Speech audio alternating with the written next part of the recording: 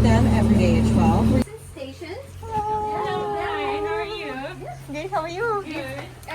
So Courtney works very closely with our hoof stock within our big mat. So what you're going to do is you're just going to grab like a handful, and he's just going to go down and chew because he's probably got some produce in there. He's going to come up, station, and open his mouth. That's him telling you he's ready, and you're going to do a toss just like this. You're going to keep your hand kind of like your elbow right here, your hand right here. This is too close, this is too close.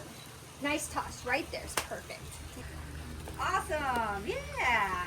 Yep, so what he's doing right now is he is just kind of chomping. He's using those back molars right now to do the tearing and crushing of the food. He's got a lot in there. And then he's going to open and say, I'm ready. Yep, perfect. Yep. He's like, thank you. He's easy, right? It's a nice big target for you. Yeah. So who you're feeding today is Kaboko. He's our male. He is 29 years of age. Our female over there, Miss Cleopatra, she is 39. And in their natural environment, they're going to live up to about 40. In human care, they can definitely push up into their 60s. So they can live pretty long under human care. That's good. They got free health care and dental and all that good stuff. And they don't have to worry about predatory issues or anything or human conflict. So he's kind of doing that chomping again. When he opens his mouth, you're going to see those amazing incisors that he has. So it's those tusks that he's coming out. The front ones are going to be there to kind of help grab up the grasses that he eats in his natural environment. Here he gets coastal hay that he eats out throughout the day.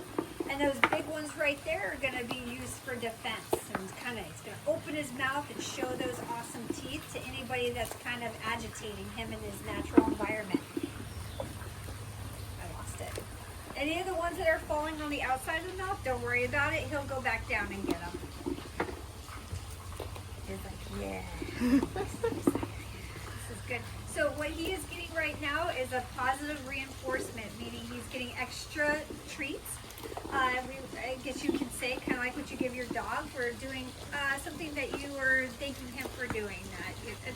So it's positive reinforcement for doing these encounters.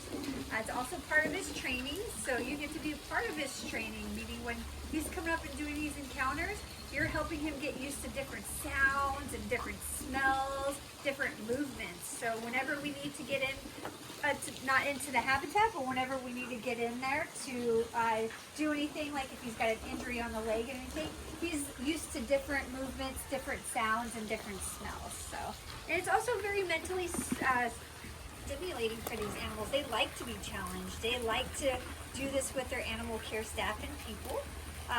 It keeps them very mentally stimulated. And of course, he is very food motivated. He's like, yeah. So he's getting carrots and sweet potato. Those are rooted vegetables, things that he would pull up from his natural environment. In their natural environment, they wouldn't see, they actually do see watermelon. Watermelon is indigenous to Africa, to be honest. But the watermelon in Africa that grows there isn't sweet like the genetically, watermelons that we have genetically devised here to be sweeter and high in sugar. The ones in Africa are going to be more richer in like fiber and, feel more starchier, So the ones here, we don't want to give them too much sugar. So only on special occasions like birthdays or World Hippo Day, that's when they'll get those wonderful, delicious melons. Pumpkins are a different story. We love the pumpkins. That's really high in fiber. And he has no problem putting a pumpkin in his mouth and doing a nice crush up, and he'll just chew it and love it.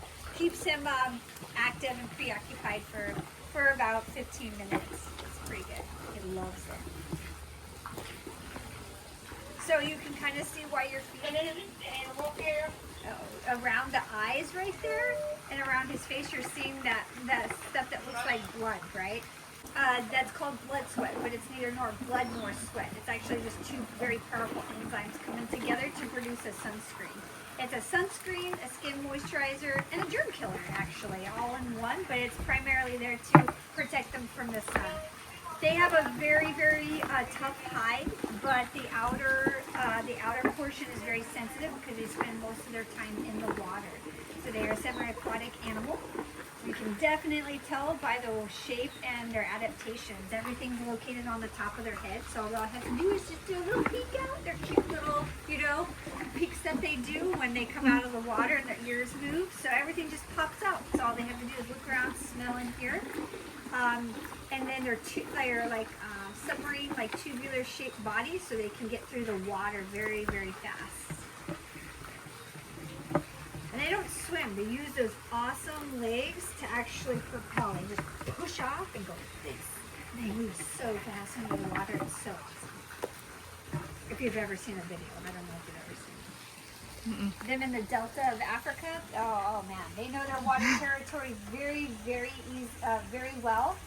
And so when something is agitating them and they don't want anybody in their area, they can hold their breath up to about 6 to 7 minutes. It moves very, very fast into the water. They have a nictitating membrane, like a nice kind of shield like alligators do and crocodiles, that protects their eyeballs so they can have their eyes open when they're under the water. But they do have an eyelid that kind of will help clean all that off and stuff too. He's down there eating the pieces that didn't make it. You can hear him. So, Kiboko is probably about 4,000, 4,100 pounds. We have Cleo over there that's probably about the same, maybe just a little bit less. But in their natural environment, some of those males can get up to 6,000 to 7,000 pounds, even push maybe into the 8. Yeah. But in human care, they're going to stay probably about that good size. He's going to feel the vibrations of other animals and other hippos in the area.